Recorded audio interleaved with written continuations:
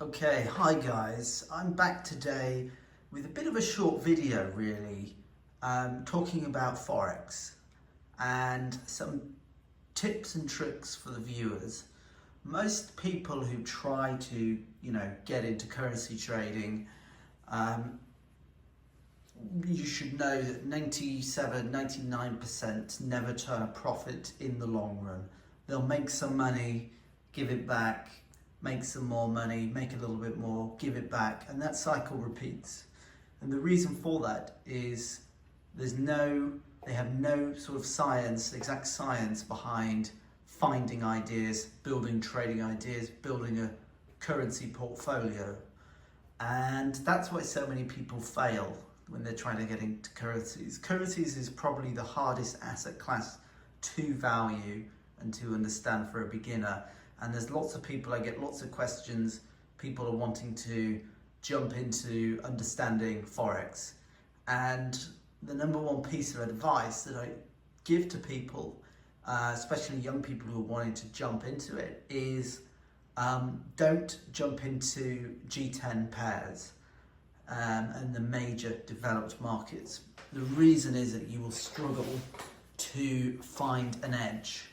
Where you really make your money is in the exotic pairs, the emerging markets. And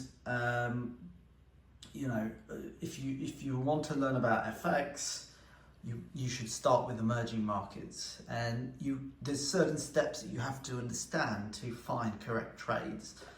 People talk about the Forex industry being a $1 trillion a day business in terms of volume. That is factually true, but most of the developed markets, the volume that's going through, when you look at tick volume and things like this, is big corporations hedging their own cash accounts. Euro denominated cash accounts, sterling cash accounts, US dollar accounts, and that contributes directly to the volume, but it has very little bearing on where the currency is going because it's not speculative volume. Whereas if you look at the emerging markets, it's primarily made up of speculative interest, which is what we can use to gauge sentiment. The quicker people realize that markets are driven on sentiment and not technicals, the better it will be for you in the long run. And you've got to understand for FX that when you look at flows, currency flows, you're looking at not just foreign flows but local flows in that domestic market, and building these sort of top-down models. There's big, often key macro themes that you have to understand to delve deeper into a trade. And if you look at the last 4 or 5 years in the currency market, the key theme generally for emerging markets has been the emerging currencies that have outperformed and done well. The reason that they've done well is because we've had a commodity bull run. We've had a super cycle in the commodity markets.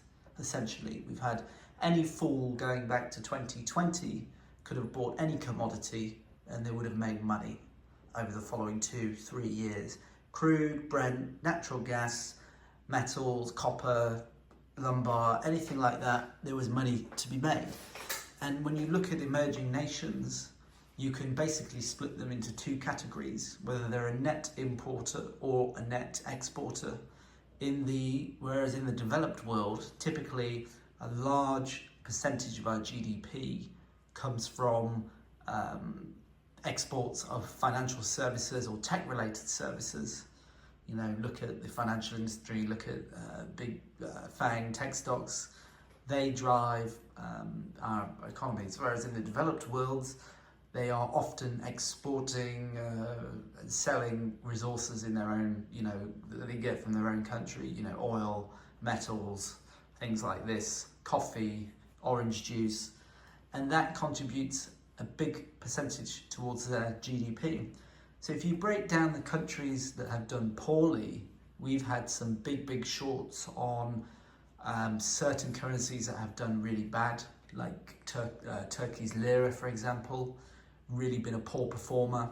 The reason for that is if you break down Turkey's natural resources. They have very little in the way of natural resources. Turkey can produce about 10% of their country's demand for energy in-house, which means the other 90% has to be imported in. They buy a lot of their crude from Iran, Saudi, even the US. So if you think about when the spot price of crude goes up, it's a real issue for these economies, these countries, because they're having to pay more for the same amount of oil.